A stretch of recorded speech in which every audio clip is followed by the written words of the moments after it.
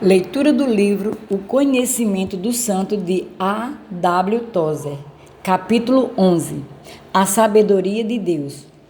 Tu, ó Cristo, que foste tentado de todas as formas como nós somos e permaneceste sem pecado, dá-nos força para superar o desejo de sermos sábios e considerados sábios por outros tão ignorantes como nós mesmos.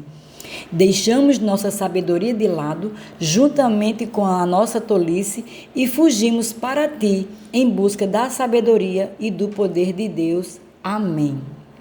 Neste breve estudo sobre a sabedoria divina, devemos começar pela fé em Deus, seguindo o padrão já habitual de não tentar entender para poder crer, mas sim de crer para poder entender. Assim, não buscaremos provas de que Deus é sábio. A mente incrédula não se convenceria com prova alguma e o coração adorador não precisa de nenhuma evidência. Seja bendito o nome de Deus de eternidade a eternidade, clamou o profeta Daniel, porque dele são a sabedoria e a força. Ele dá sabedoria aos sábios e conhecimento aos entendidos. Ele revela o profundo e o escondido, conhece o que está em trevas e com ele mora a luz. O homem que crê responde a isto e ao coro angelical dizendo amém, louvor e glória e sabedoria e ações de graça e honra e poder e força ao nosso Deus para todo sempre. Nunca lhe ocorre o pensamento de que Deus precisasse provar sua sabedoria ou seu poder. Não é suficiente que ele seja Deus? A declaração da teologia cristã de que Deus é sábio significa vastamente mais do que diz ou poderia dizer, empregando uma palavra relativamente fraca para expressar uma plenitude de significado incompreensível, capaz de despedaçá-la e esmagá-la sob o peso do conceito que tenta abarcar. Sua compreensão é infinita, diz o salmista. A teologia tenta aqui exprimir nada menos do que a infinitude. Como a palavra infinito descreve algo único, ela não pode ser qualificada. Não dizemos mais infinito ou muito infinito, permanecemos em silêncio perante a infinitude. Há uma sabedoria secundária que Deus concede em certa medida, a medida necessária às suas criaturas para seu próprio bem.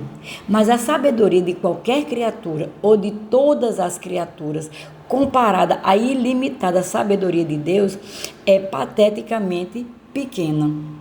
Por esse motivo, o apóstolo acertadamente se refere a Deus como o único sábio, ou seja, Deus é sábio por si próprio e toda a brilhante sabedoria de homens e anjos não passa de um reflexo da refulgência eterna que flui do trono da majestade nos céus. A ideia de Deus como alguém infinitamente sábio está na raiz de toda a verdade. Essa crença é um pré-requisito para a solidez de todas as outras crenças sobre Deus. Como seu ser não depende de criaturas, nossa opinião a seu respeito não o afeta. Mas nossa sanidade moral exige que atribuamos ao Criador e sustentador do universo uma sabedoria inteiramente perfeita. Recusar fazê-lo é trair a própria essência do que nos diferencia dos animais. Nas Sagradas Escrituras, a sabedoria em referência a Deus e aos bons homens sempre carrega forte conotação moral. É um conselho de bondade, amor e bem. Sabedoria constituída de mera sagacidade é frequentemente atribuída a homens maus, pois é traiçoeira e falsa. Esses dois tipos de sabedoria estão eternamente em conflito. Na verdade, quando vista das alturas do Sinai ou do Calvário, percebe-se que toda a história do mundo não passa de uma luta entre a sabedoria de Deus e a astúcia de Satanás e dos homens caídos. O resultado deste conflito jamais esteve em dúvida. O imperfeito finalmente cairá diante do perfeito. Deus nos advertiu de que irá confrontar o sagaz em sua sagacidade e anulará o entendimento do sábio. Sabedoria, dentre outras coisas, é a capacidade de engendrar fins perfeitos e de colocá-los em prática por meios perfeitos. Ela enxerga o objetivo desde o início para que não haja necessidade de adivinhar ou conjecturar. A sabedoria tudo vê com foco perfeito, cada coisa em relação ao todo, e desta forma é capaz de trabalhar com vista aos alvos predeterminados com absoluta precisão. Deus tudo faz com perfeita sabedoria, em primeiro lugar para a sua glória e em segundo lugar para o bem maior do maior número de pessoas pelo tempo mais longo. E todos os seus atos são tão puros quanto os sábios, e tão bons quanto os sábios e puros. Seus atos não somente não poderiam ser mais bem executados, não é sequer possível conceber uma forma melhor de executá-los.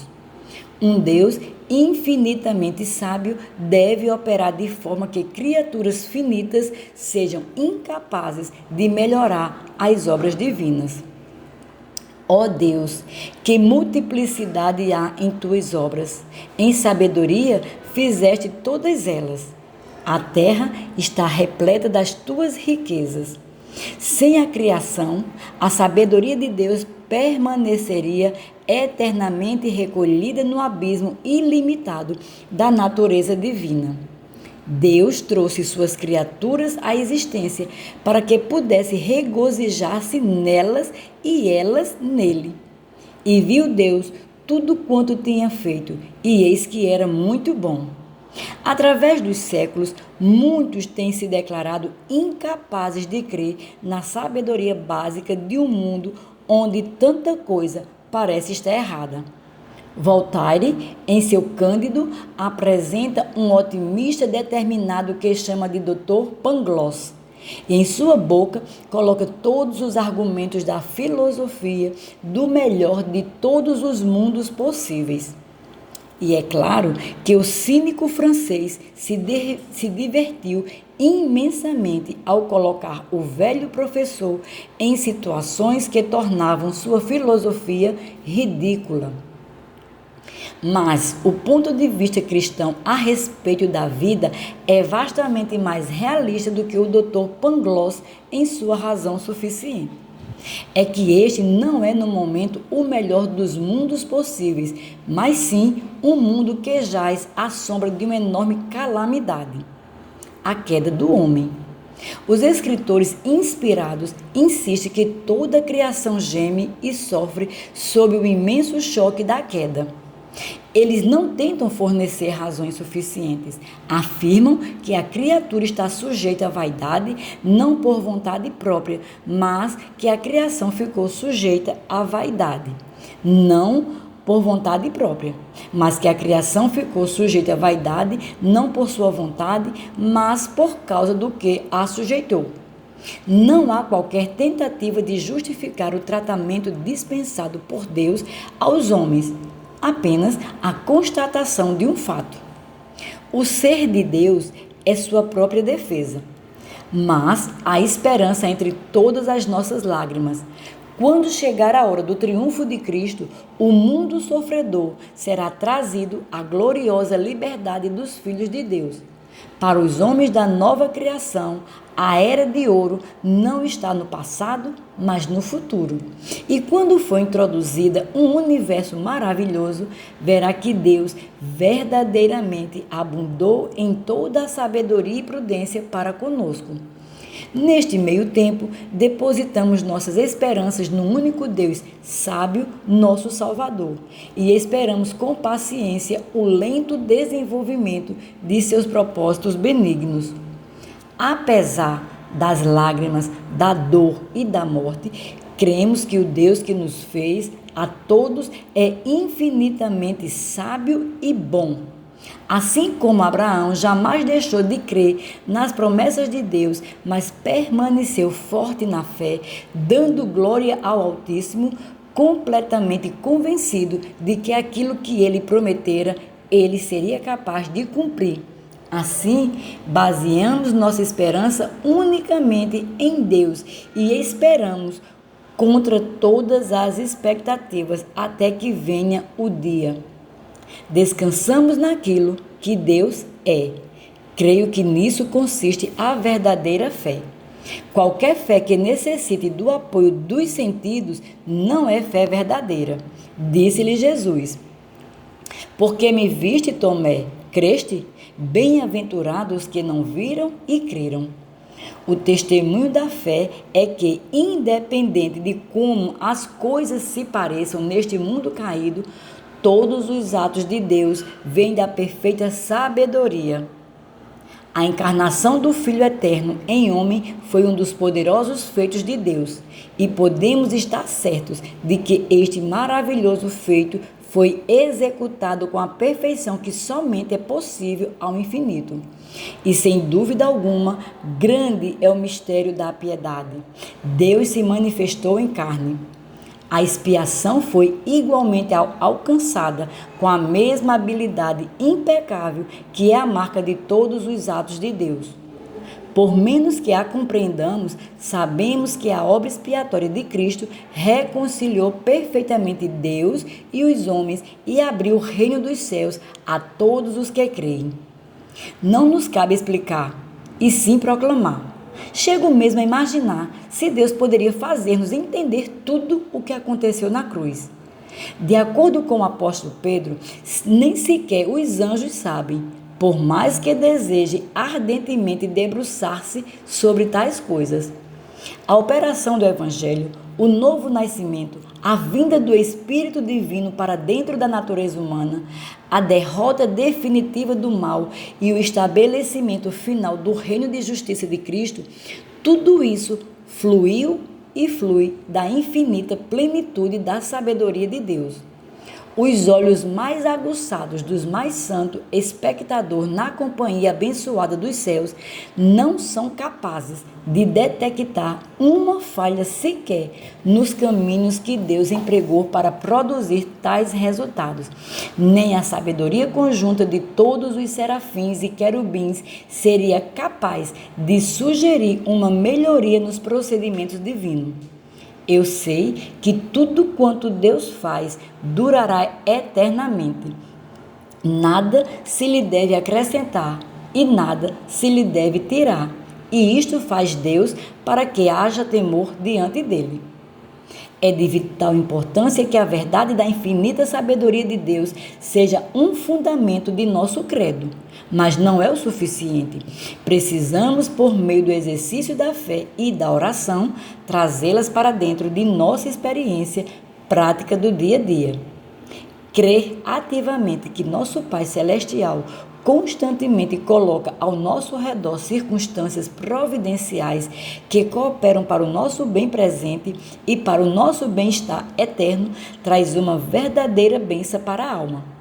A maioria de nós passa a vida orando um pouco, planejando um pouco, lutando por posições, esperando sem jamais ter a certeza de nada e secretamente sempre com medo de errar o caminho. Este é um trágico desperdício da verdade e jamais dá descanso ao coração. Existe uma maneira melhor. Trata-se de repudiar nossa própria sabedoria e substituí-la pela infinita sabedoria de Deus. Nossa insistência em querer ver o que está à frente é perfeitamente natural, mas é também um obstáculo ao progresso espiritual. Deus assumiu inteira responsabilidade por nossa felicidade eterna e está a postos para tomar as rédeas da nossa vida assim que nos voltarmos a Ele em fé. Esta é a sua promessa. E guiarei os cegos por um caminho que não conhece. Falo-eis caminhar por veredas que não têm conhecido. Tornarei as trevas em luz perante eles e aplainados caminhos escabrosos. Estas coisas lhe farei e não desampararei. Permite que ele o guie de olhos vendados. O amor não precisa saber. Filhos guiados pelo Pai não perguntam onde vão, ainda que o caminho seja desconhecido, através de pântanos e montanhas solitárias. Quem escreveu isso foi Gerard Testeng. Deus nos encoraja constantemente a confiar nele em meio à escuridão. Eu irei adiante de ti e tornarei planos os lugares escabrosos, quebrarei as portas de bronze e despedaçarei os ferrolhos de ferro. Dar-te-ei os tesouros das trevas e as riquezas encobertas, para que saibais que eu sou o Senhor, o Deus de Israel, que te chamo pelo teu nome. É alentador descobrir que tantos dos poderosos feitos de Deus ocorreram em segredo, longe dos olhos dos homens e dos anjos. Quando Deus criou os céus e a terra, a escuridão encobria a face do abismo. Quando o Filho Eterno se fez carne, ele foi carregado no ventre da doce Virgem por algum tempo. Quando morreu para dar vida ao mundo, foi na escuridão, sem que o fim fosse visto por ninguém. Quando se levantou dentre os mortos, foi no romper da madrugada. Ninguém o viu levantar-se. É como se Deus estivesse dizendo: o que eu sou é tudo o que importa para ti, pois aí está a tua esperança e tua paz. Eu farei aquilo que farei e meus feitos virão finalmente para a luz. Mas como eu faço é meu segredo. Confia em mim e não temas. Com a bondade de Deus a desejar nosso mais elevado bem, a sabedoria de Deus a planejá-lo e o poder de Deus para atingi-lo, o que mais nos falta? Somos certamente as mais favorecidas de todas as criaturas. Em todos os grandes desígnios de nosso Criador brilham a onipotência e a sabedoria. Suas obras, através de todas as maravilhas, declaram a glória de seu nome. Thomas Blacklock. E aqui concluímos o capítulo 11.